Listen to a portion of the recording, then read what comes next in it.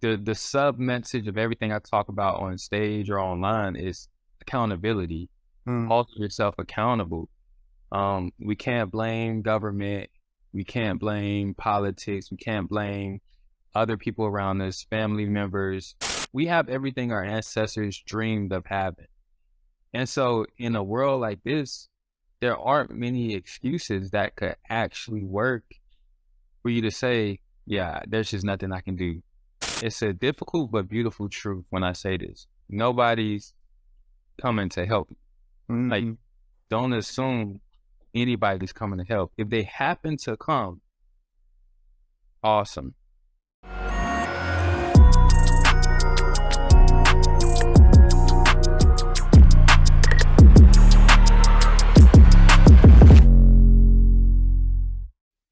Hey guys, welcome to another episode of the Fan of Life podcast, Fan of Life show. Today's episode features CJ King from Atlanta, a self-made entrepreneur who is not just building a legacy for himself and his family, but his life's mission is to go out there and educate and help others do the same. He has started in his community and now has expanded throughout the country, doing speaking engagements, going to different various communities. And one of the things that you'll notice is that him and I come from very different backgrounds. And I mentioned this in the podcast during the talk is that although he and I are not the same, we are the same. Because I think at the end of the day, the core of everybody that wants to do something unique in their life is that they are driven by building legacy. And he is the one person right now in his family that's going to change the trajectory of his life and his family's life. And everything that he's learning along the way, he's passing it on to those that want to learn and those that want to better themselves. So this conversation really inspired me. So I hope you guys feel the same. Enjoy the episode and make sure you guys subscribe, listen through Apple Pod, Spotify, and of course, YouTube. And without further ado, let me welcome you to CJ King. Mr. CJ King, welcome to the Fan of Life podcast. My brother, we finally connected. Right. Thank you for having me. Thank you for your flexibility as well. Oh man, you're a young man that's doing things, man. You're traveling every time I hit you up or we chat, on social. You're going here, you're going there. You do like speaking gigs too, or what? Yeah, speaking engagements is pretty much what I do primarily. Okay. Teaching courses on, different areas of entrepreneurship, whether it's finance or building your store. And so literally every weekend I'm on the road. It's up, I think the next 4 months I'm on the road, maybe 2 weeks. I mean, I'm home maybe 2 weekends. So Right. this is kind of that busy season for sure.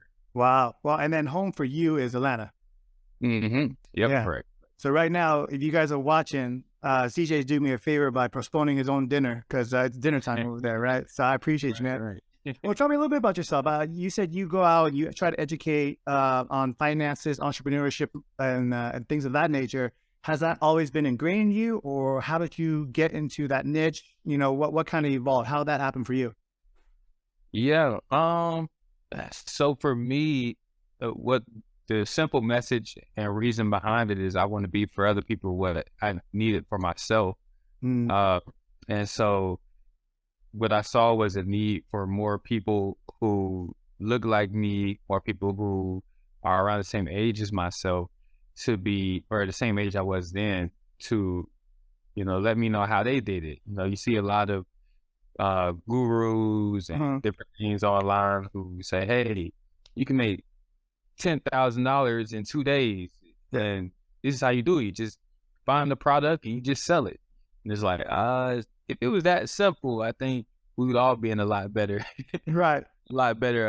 situations. And so I really made an investment financially into just looking for mentors, looking for teachers who could pour into me and teach me things, not even just about business, but more so just about being a Mm, good human being who wanted to help and inspire other people. And so in making that investment, they taught me things along the way. And so those same things that I learned, everything I learned, I literally pour it right back out via social media or speaking engagements or some of my private mentorship groups. And so that's my whole goal. My whole purpose in life is to uh, supply and equip people who otherwise wouldn't have had those resources. Beautiful. Beautiful. So what age were you when you decided I had this lacking in my life? There's more to life than, what I've learned thus far. So I'm going to go out there and seek it. How old were you and how the heck did you come to that realization? So how old Yeah, were you first? I would say I was about 25. 25. Okay. I was about 25. 25, and I always say I have a few more years added on to me because I've been married 8 years, and so I got married at 21, Okay. not 2022. And so when you're young and married, it adds a few more years on for sure. Yeah. And so I wasn't your typical 25-year-old. Your typical 25-year-old is probably out here, you know, living life, enjoying it. I was trying to pay bills and make sure we had our lights, on. And at the same time, I was attending school, trying to graduate. And so I didn't have the luxuries that you typically have as a 25-year-old. And so I kind of had to learn quickly, hey, what are the things that I'm doing now going to put my family in a place to where, we can succeed and prosper and have a peaceful, happy life. Mhm. And at the time it was a struggle. I didn't want to be going day to day, paycheck to paycheck, wondering, hey, if one accident happens, are we going to be okay? Wow. And so that was one of the eye openers for me that made me say, okay, cool. Let's figure out what we can do to actually get out of this rut, because I saw it with my peers, I saw it with my parents, and it was just something I didn't desire for myself. Um, and everyone else around me, even my parents, like they did what they knew. And they're striving for more, for better. And so I wanted to make sure that the buck stopped with me when it came to my family line. So the future generations, I don't want this to be a conversation for them. I want it to be more so, hey, I'm handing you the keys to the Yeah. kingdom. Let me show you how to manage it. No, that's beautiful, man. And there's nothing like the pressure of supporting a family, right? To make things real. And I'll Yeah. tell you right now, man, the way you're talking when you started at 25, looking back when I was a 25-year-old, I was a damn knucklehead, bro. I did not, nowhere close to the way you were thinking. So bless you for that, man. So along your journey, then you decide, okay, I got to invest in myself. I got to get educated. Anyone that stands out in terms of that were like the first wave of educators or mentors that you kind of adapted to or called to you? Yeah. I'm gonna say the first one, uh, there are a few people I can name. Sure. One was Jason Lewis. It's a friend of mine who I went to college with. He's about maybe 6 or 7 years older than me, but he's literally one of the most disciplined people I know. And he runs his own businesses. And so I learned discipline from him. There's a couple called, their names are Gabrielle and Brian Bosch. Okay.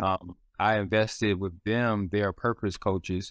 And through them, I learned how to streamline my focus instead of focusing on the 10,000 different hustles, trying to just hope one of them pop off. And I learned to streamline my focus on, hey, what is my mission? What's my goal? What problem am I solving? So I learned that through them, and they're still mentors of mine to this day. And I would say another big one is Justin Phillips. Okay. So Justin, he's another peer of mine who's in the e-commerce space. And so he does a bunch of coaching in that field. And meeting him, I invested. I went to one of his courses. I bought one of his books. Eventually, we linked up. I pulled up to his warehouse, and we just became friends. And he just poured into me. I gave him what little knowledge I could give him that helped, to help what he was doing. And so it just became from a almost like a mentorship thing to a friendship to now, we just kind of feed off each other. Like, hey, what do you have going on? Cool. This is what I have going on. Oh, that's a good idea. That's a great idea. Yeah. And so those are a few people: Justin, Gabrielle, Brian, and Jason. And so the rest are mentors who don't even know they're mentors, are through books. Sure. So I read a ton. I even, there's a book behind you, The Power of One More. I literally live by that rule when I'm in the gym. Mhm. It's always one more. Yeah. Can I get one more? So it's funny you're mentioning "Power One More" by Ed Milet, and when you were telling me your story on how things got started for you, you said the book starts with you. You want to break that cycle, and Ed talks about that all the time. He says, wherever enterprise, successful company, family that you see, there had to have been at one point that one person that decided, I'm going to change the trajectory of my family's legacy, and that just reminded me of what he said about that when you were describing yourself. So congratulations on that, man. May I ask you how old you are now? Yeah, so I'm 30 years old. Okay. So Yeah. you've been grinding this out, educating yourself, being purpose driven for about 5 years now. So So go ahead. I will. So I've been strategically doing it for 5 years. I've been Mhm. trying to do it for about 9 years. So for the first few years, I was just any little hustle I could find, I was doing it. But I didn't start strategically, um, you know, making those moves until about 25. Let's peel that onion back a little bit. What is the difference between the 9 years of trying and the Hmm. 5 years of strategically getting better? What was the difference? Because I think a lot of people will sit here and tell you, they'll say, CJ, man, I've been trying for the last 10 years, Hmm. and in their mind, they think they're doing it correctly. So what's the difference between the trying and actually the strategic side that you just mentioned? Yeah. So the trying was me chasing a dollar amount. It Oh, was me trying to keep up with my bills. And so it was, man, I need to make this much a month to be able to take care of these bills. What can I do? I went on YouTube to learn how to build furniture. I bought a powered saw from the pawn shop with the last $75 I had in my account. Started building furniture. Was selling that like 200, 300 a pop. Built dining room tables, entryway tables. Um, I would that's how I kind of got into the t-shirt game that way. mhm. Started making t-shirts. I would cut yards, paint houses, whatever it took to make a dollar. And it felt like the more I was doing, the less I was making. Interesting. And I I wasn't making it felt like I wasn't making any more money, but I also was losing time as well, the most valuable commodity that we have. And Mhm. so I was really shooting myself in the foot for years, just running in circles, running the rat race is what they call it. Running the rat race, trying to keep up and chase the dollar bill. The mindset shifted when I realized, hey, at the end of the day, I don't want to leave this earth and people say, man, he was a hustler. That guy was a hustler, but I didn't have any impact. Mm. I don't want to be somebody who just always, he was always working hard, always trying to get it. Because we see that all the time. We may have seen it with our grandparents or with somebody else that comes to mind. I think there's somebody we can all think of who we can say they worked really hard. They were hard workers, but had nothing to show for it. Yeah. Yeah. And that was something that for me was scary. I was like, man, what kind of legacy am I leaving? In 100 years, 150 years, will my future grandkids, kids not know anything of me except, yeah, he was a hard worker. Mm. It's that, and that for me, that was scary. For me, I'm very purpose driven. Money is secondary to many things in my life. More so it's about impact. I want to impact people. Yeah. Um, I want to transform lives, and that comes from my faith as well. I'm a believer in Jesus Christ, and so you know, my mission is very faith driven. Like I want to change people's lives for the better, and I don't want to just see them. Uh, like it pains my heart to see someone struggling or in need, and I can't meet that need. And so when you have something like that that's pushing you, your why changes. Like it Mm. goes from just trying to chase the dollar. And then eventually when you're walking in purpose, opportunities, the right ones start opening up towards you because it just makes sense and you'll start seeing that. I believe that full heartedly, man. You just Mhm. explained it beautifully because, you and I, I'm sure when we sit down, we try to mentor people, whether it's our friends or people within our own, influence, family, what have you. My whole thing is what do you want? And I ask people that all the time, what do you want? And I'm sure you come across this, but surprisingly, a huge number of people can never answer or cannot answer that question. Yeah. And for me, it's like, if you don't know what you want, how the heck do you expect God, or the universe, or whatever your belief system is, offer it or bring it to you? Mhm. You know? So it comes Yeah. back to everything that you say, I agree with, being purpose driven, being open to seeing the opportunities and things of that nature. Beautifully stated, man. It reminds me also when you were talking about legacy is that Macklemore song where he says you die twice. First when people bury you, the second when they stop saying your name or mentioning your name. Mhm. 100 years from now, if you can make that impact still, that's an amazing thing, man. So good for you. So let's talk about your faith. Your faith has evolved into your business and your brand, and your Mhm. brand is In God I Flex, and that's a t-shirt business, correct? Yeah. Correct. Okay. Correct. And it's been pretty much kind of your brand and your mantra as well too. How did that come about for you? Yeah. So, uh, interesting story. So when I first started selling T-shirts, I'm so natural at heart, at root, I'm a music artist. Hmm. I'm a hip hop artist, and so I would travel around on music, and I would have clothes, T-shirts at all my shows. And I started realizing, man, these T-shirts make a lot more than what I actually charge people to come out. So, I would charge them Mm-hmm. a certain amount. My T-shirts would double that in sales. And so naturally, being a businessman, I'm like, maybe I should kind of pursue that avenue a little more. I started pursuing it, and the first brand I had was called Lord Knows. However, uh, Lord Knows started taking off. It was doing great, maybe 15, 20,000 a month in sales. And it was getting so big so fast. I got a DM from another brand owner who actually had the trademark rights to Lord Knows. And so he DM'd me and he pretty much had had to cease sales and marketing of that brand. And so for me, it was like, oh man, I felt like this was the thing that was going to get me out my situation. Because, as a business owner, when you strike gold, it doesn't happen every day. No. Yeah. And so I was sitting there all day and I'm thinking, man, what can I do? What can be a new brand name? What can be like, what is the answer? And there was a dollar bill sitting on the counter. Um, and I picked up the dollar and it just like stood out to me plain as day, saying, God, we trust on this dollar.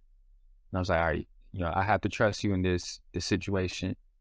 And then for some reason, just naturally, it was like, how can I take that message, modernize it, and spread it to the world? And instead of in God we trust, it was in God I flex, which essentially means the same thing. Yeah. And so I said, man, that might be it. That might be it. And so I started marketing that brand, and it did better than what Lord Knows was doing. Yeah. And so that's how I started. So I would say the biggest thing for me that kind of sparked, because even when the brand started taking off, I wasn't. I put it like this. I tell people all the time, if you have broke habits when you're broke, you have the same broke habits when you Yes, sir. have money. Yes, sir. And so though the brand was taking off and going well, I still had the same habits when I had no money. And so because of that, we ended up 6 months later being almost back at square one Wow. because of mismanagement of the money. And here's the thing, I wasn't spending it on just frivolous things and shoes and cars. I didn't have any of that to show for it. It was just I wasn't tracking where the dollars were going. For I know I wasn't keeping up with how much I was spending on marketing, on ads, on clothing, inventory, paying people. And because of my heart to help people, I had my friends coming up, hey, I pay you $100 a day, help me with these shirts. And so I was just dishing out money faster than it was coming in. Right. And so hard lesson to learn, very hard lesson to learn. I hired an accountant, had her look over all of my books, literally scratch everything. It was painful. I had to let people go. I had to face the embarrassment of like being back at zero. And so in God I flexed, I had to live it out and say, all right, God, I'm trusting you again. How we're going to get out of this? And there are plenty of stories within that how we got out, but that's just a piece of the beginning. Isn't it crazy? The best lessons are always the most painful. It is, unfortunately. Yeah, yeah. But you know what though? I think it's by design, right? Because it sticks to your mind, sticks to your brain. And it's always one of those things where when you're down in the dumps and you're at your lowest is when you go, okay, get Yeah, me way out of here, help me climb this hill, and I'm never going back there again. And I'm sure throughout the yeah. course of your business, your life, you're gonna make other mistakes, but it's different Mhm. mistakes. And again, those different lessons come in, you know? Different, yeah. And earlier you mentioned, my faith being a big part of it. It's actually really the biggest why I do everything that I do. And I say that because I grew up in church all of my life. I'm a pastor's kid. Mm, And for years, I just saw people, same people going to the altar or crying out to God for breakthrough when the answer was actually just properly stored in your money, mm, right? So, praying to God, pleading with Him for a breakthrough on things that He gave us the knowledge to actually, manage well. Um, and so, you know, God's not to make this a spiritual thing, but God's not gonna give you more if you haven't managed the little that He's already given you. right. And so for me, I saw that, and I saw my family members who have health issues and can't afford to get proper treatment. The treatment is there; they just can't afford it. Uh, I have members in my family who, they're like grandparents, senior citizens, and don't have any money to their name. And so for me, all of these things hurt my heart when I think about it. And so I take it as a personal responsibility to be the one to, okay, let's use the technology we have. Yeah. Let's use the information, access the information that we have to actually break this generational curses over the family, or that I see just in church and through my faith. And I think as a believer, it's our job to actually be resources for people like it used to be back in the day. Yeah. You look back in the civil rights movement, people met at the church to discuss problems that the nation was having. People went to church leaders for guidance on things that happen in the Yeah. world. And I always stand by the belief, if you don't have any money, it's not too much you can help too many people with. Just that's the harsh reality of it. Yep. And then I saw that firsthand myself, because there's so many people I want to help. Well, what can I do if you're asking me for $10 and I need $10 from you? Yep. And so money doesn't fix everything, but it that gonna help. And so that's my heart. I want to be able to be uh, a proper representation of what it looks like to walk in abundance, like I believe that we are called to walk in. Mm. Beautiful, man. Beautiful. And it's true. And it's weird because I tell people, when people sit down and talk to me, I go, one of the first things you have to do in terms of you want to acquire more money, bring money into your life, is you have to change the relationship you have with money, right? Mm. And it's always been, and it's starting to change. I see it, but it's always been a taboo thing to talk about money. And of course, you're talking about it in terms of showboating, flexing too hard, of course, right? But you should never be shy about saying, I want to acquire, learn how to create more money. Mhm. And that saying goes, if you don't think money can buy happiness, it just means you haven't given enough of money away, Yeah, right? yep. So step one, though, is you got to acquire it, man. Yeah, required. That's right? You can have all these ambitions and changing the world and doing better, but if it's just you, then it's just you. Money is just leverage. That's all it is, brother. So Exactly. how did you get into the speaking engagements? So obviously, you're making yourself known in social media, or people reaching out to you, or how does that process happen for you? Yeah.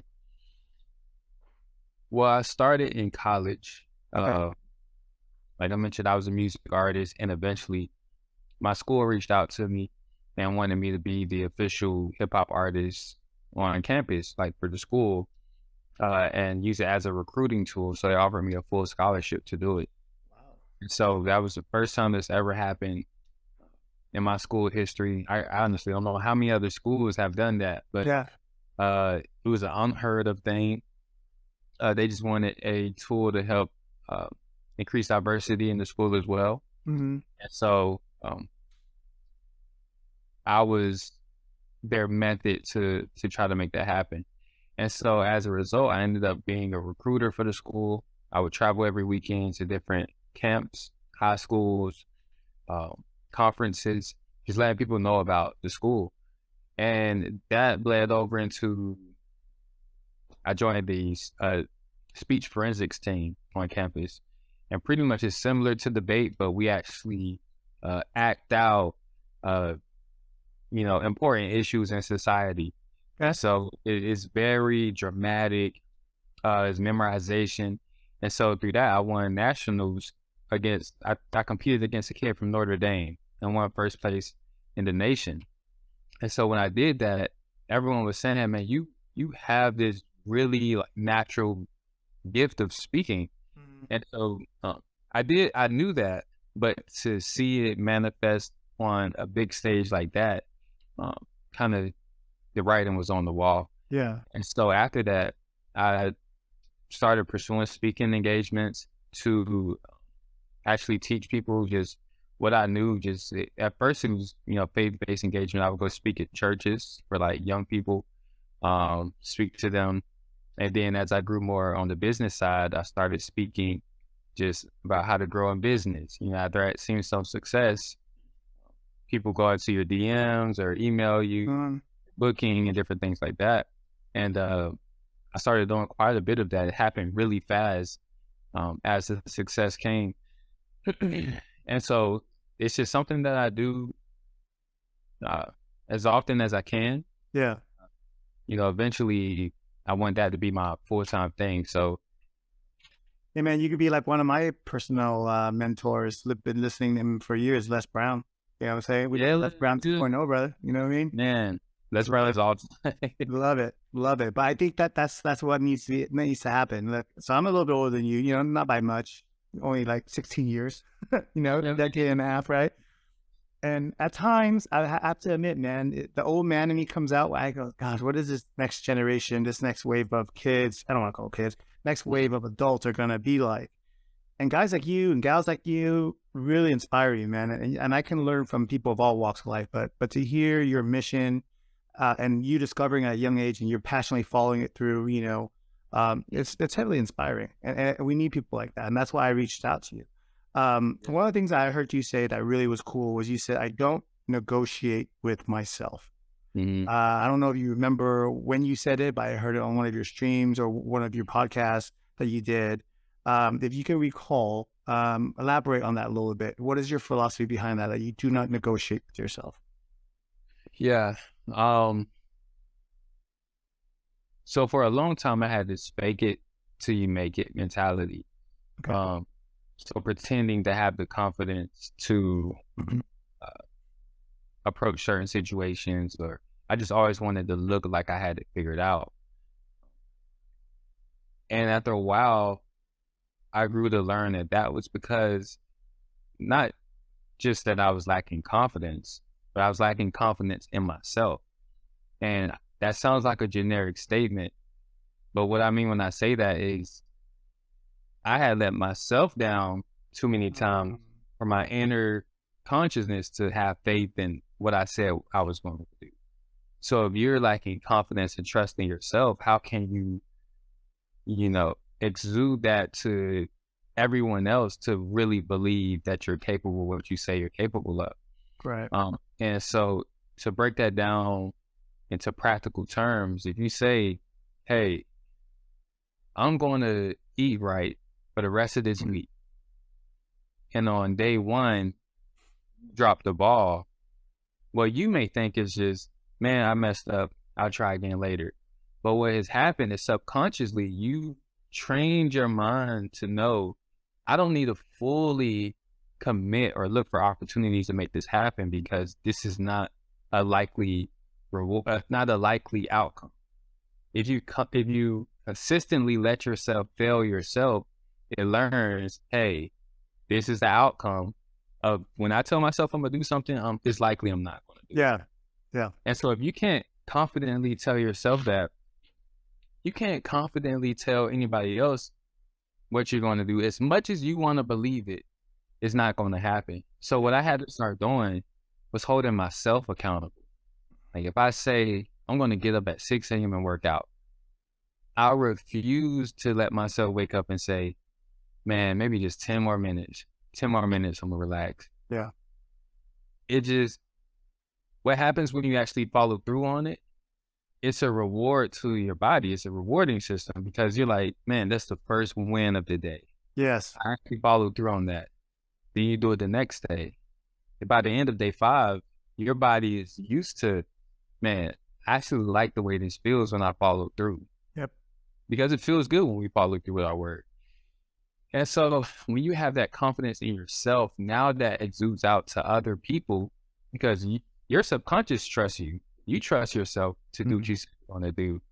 Now that adds an extra layer to what it sounds like when you tell other people, hey, I'll meet you here at this time, or hey, I can get you these results. Yep. You say that confidently because you've gotten yourself results. Yep. And so that's my whole meaning behind, don't negotiate with yourself, because yourself is always going to try to talk you out of it. Until you train it not to. It's just like a kid. A kid is going to talk his way out of everything, his or her way out of everything, until they learn that, all right, no matter how much I say, I'm not going to talk mom and dad out of what they've said. Right. To train ourselves the same way. And so that's the motto I live by. I got it from Kobe Bryant. Mm-hmm. His mindset, his mentality, it's the 1%. Not too many people hold themselves accountable, and so it makes it very easy to stand out. Yeah, no, that's great, man. The mama mentality, and it's true, right? It's like, well, for people that have parents, for people that have kids, they can relate, right? So, an analogy is, let's say you tell your kid, hey, this Friday, I'm going to take you to Disneyland. Kid gets excited. Mm-hmm. But then come Friday, you go, oh, you know what? Something came up. I can't go. Next Friday, we'll go. Next Friday, the kid gets excited. Something comes up again, and so on and so forth. And by the 4th, 5th, 6th time, the kid's going to be like, whatever. Mm-hmm. I'm not excited because it's probably not going to happen. Yeah. You've trained that kid to react to Disneyland in that way. Mm-hmm. But and what, CJ is saying is the same thing, because you're affecting your own subconscious the same way. When you tell yourself you're going to do something and you fall back and you don't do it and you don't follow through, you're secretly telling yourself, whatever comes in your life, don't get super excited, because you're going to let yourself down. Exactly. Because that's what history has taught you. So to break that is going back to what you said, you can't negotiate. You just got to go and do. So amen to that, brother. I love it. Yeah. I love it. Let me ask you, in terms of your travel, have you gone pretty much all across the country? You stay within, the Atlanta area, or where have you been? I've been all across the country, all across the country. My goal is to get overseas. Mm-hmm. First overseas gig will be a moment of celebration, because that's something that, just as a speaker, that's something you strive for. Yeah. For your message to send to other countries. And so I'm mainly on the East Coast, North Carolina, Virginia, New York, Florida. Like this upcoming weekend, I'll be in North Carolina. Then next weekend, I think I'll actually be in Chicago. And so I enjoy the traveling part, but now that I have kids, a little bit tougher. Yeah, it's a little bit different, but when it was just me and my wife, it was awesome. Well, I bring that up because even within the country, the dynamic of people is so different, right? Mm-hmm. So, throughout your travels and stuff, do you, from a speaker standpoint, do you find yourself, the message remains the same, but the technique or the cadence or the projection of your talk or your tempo, does that change? No, it stays the same. Stays the same? It stays the same. And I'll tell you why. It's because more people than we realize are actually looking for the same answers. What is my why am I here? It's the same answer. So it's the same question, and so a lot of times it requires just the same answer. So my message doesn't change. Yeah. I think the biggest the sub message of everything I talk about on stage or online is accountability. Mm. Hold yourself accountable. We can't blame government. We can't blame politics. We can't blame other people around us, family members. We can't blame anybody else but ourselves. Why? Because we have the same 24 hours. Yeah. We have more access to information than we've ever had Yes, before. sir. Mhm. We have more tools, more resources. We have everything our ancestors dreamed of having. And so in a world like this, there aren't many excuses that could actually work for you to say, yeah, there's just nothing I can do. There's nothing I can do to make my life better. And you can't control what happens to you. You can only control how you respond to it. Yeah.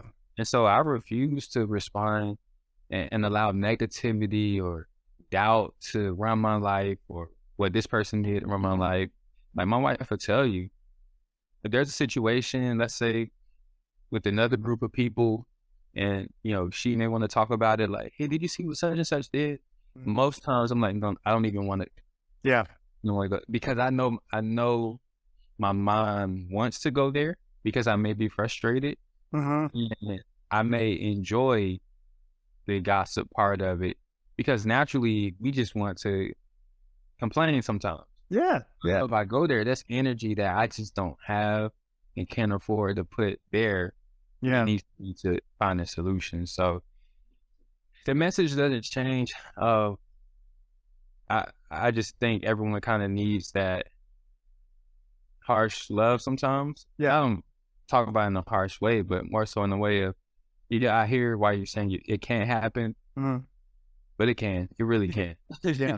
I'll tell you right now, everything you said, I agree with 100%. And the beauty of having, accountability, and I've said this before with other people, is that if you put the blame of the things in your life onto you, Hmm. you take sole responsibility for it, you also empower yourself to be the sole source to get yourself out of it, right? When you sit there and you go, oh, the government is this, my neighbor is that, my boss is this, well, then you basically have relinquished your life to someone else's control. Exactly. And I refuse to do that. And it sounds like you do the same thing, man. And I love it. And that's why, I love conversations like this, because let's be honest, you and I don't know if the camera can pick this up. You and I don't look the same. Hmm. We're not the same, right? But we are the same Hmm. because the principle is the same. The human nature is the same. And I love it. Give me a quick message for the audience, and then I want you to plug yourself as well, to tell them where they can find you. But what's in your heart, in your mind overall? It's a difficult but beautiful truth when I say this. Nobody's coming to help.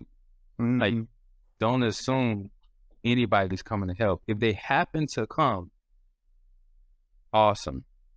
But don't expect anybody, no matter how promising it looks, how much they say they love you, don't expect it, because what that does now is put the accountability back on you to make it work. And for me, it's two options. It's got to work or it's got to work. That's the two options. Love it. That's it. There's no other option besides that. Love it. And so when you have that why, you have that purpose, you understand why to keep going. Yeah. It helps you get back up when everyone else looks at you crazy. Like, what are you doing? Why are you still running this business? Right. Why are you still doing these podcasts? Why are you still posting videos online? Why, when no one's going to see them, or you think a million people, you think this is going to be the viral video. Yeah, and yeah. then, well, I have a purpose. I have a why. You look at it. I was talking to one of my mentees about this yesterday, and he was kind of complaining that, man, I only get such and such views on my post, da, da, da. And I think he was getting like 112 views on one video that he really thought was going to be impactful. Mm-hmm. I told him, I said, 112 views. Okay, cool. Walk into a room with 112 people and tell me how you feel. Right. That's more people than you think. Yeah. Right? So we just compare it to these thousands and thousands. That's out of that 112, somebody needed what you posted. Mhm. And so I encourage him. That's why I keep posting. People didn't see. I've been posting for a long time before you or anybody else saw my videos. And so it was just every now and then one will take off, take off. The most recent one was about me talking about my moments where I struggled and just needed a hug. Yes, Like a man. And so that post, I promise you, that was not the post I expected to take off. Mhm. But that post ended up being my highest viewed post that I've ever put out. And I was shocked to realize how many people related to it. And so I say that to say, you never know which one's going to be the one. People just want authenticity. The message I preach always is stay true to what you believe you're called to do. I don't care how difficult it gets, stick to it, stay true to it, even if you have to take a break. Always come back to the gift. Mm. And so sometimes it gets difficult and we think we need to quit. The minute you quit, you give yourself 110% chance that it's not going to work out. And so stick to the gift. If you got to take a break, you got to take a breather, breathe for a bit, then you get back to it. Secondly, I would say take care of yourself, because in this world of hustle and bustle and go out there and get it, grind, team, no sleep, we neglect ourselves, our health. Take care of yourself. Seek therapy if you need to. Find good people you can confide in, not for answers all the time, but sometimes just to get something off of your chest, because it really matters, especially if you're out here being an entrepreneur, carrying the weight of the world. And these people don't get enough credit here, especially if you work in a 9-to-5 and being an entrepreneur. Amen. It's not talked about enough how difficult it is to give both things the proper amount of attention. And those people are the ones who I think get swept under the rug, because you fall in the middle of, oh, you still have a 9-to-5. Oh, so you're not a full entrepreneur. Or, you're in that middle ground of, he's not really fully on this side or that side, but you're really in the most difficult place, because you have to, just morally, you want to give your job the attention that it is due, because they're paying you for it. And then you want to give your business the attention is due. And especially if you have family, you want to give them the attention that is due. So I say all that to say, and this message I think is for them specifically. Take care of yourself, with all this weight that's on your shoulders, all the pressure, take time to breathe, take time to find something you enjoy that does not require thinking about business or money. You got to sit outside. Like, I love sitting outside on the porch and just enjoying the nice weather and playing some soft music. Yeah. If it's just that, do that. Right? If you're sitting outside and shedding a couple tears just to release some weight, do that, So I don't care what it is, and take care of yourself. So that's it. Those two messages. One, stay true to the goal, and take a break if you need to, but always come back. And then the second one is take time for yourself. Never give up, come back to your mission, and self-care. Those two things. Yep. You guys heard it from CJ, man. My brother, plug yourself, tell them where they can find you. I'm also going to get me some swag too, so I'll pick some up, pop me a sweater or something. Nice. In God I flex. Let's roll. Tell me about yourself, where they can find you, man. Yeah, so you can find me on social media, on all platforms at CJ King Official with 2 L's at the end. CJ King Official with 2 L's. That's my personal brand. And you can find my clothing brand at In God I Flex brand on Instagram. So those are the 2 places you can find me. I look forward to connecting. Shoot me a DM. I'm open to questions and anything else. Hey, man, the most valuable thing you can ever give somebody is your time. So thank you very much for giving me a little bit of your time today. Go spend the rest of the night with the family, man. Get some good dinner, and We'll break bread when you come out. I'm dead serious. Keep me posted when you're out in Vegas, and we'll catch up. And then hopefully if the studio's done by then, we can sit down and have another convo. Sounds good. I'm looking forward to it, man. And It's a pleasure. thank you, man. Thank you very much. Yes, sir. Yes, sir.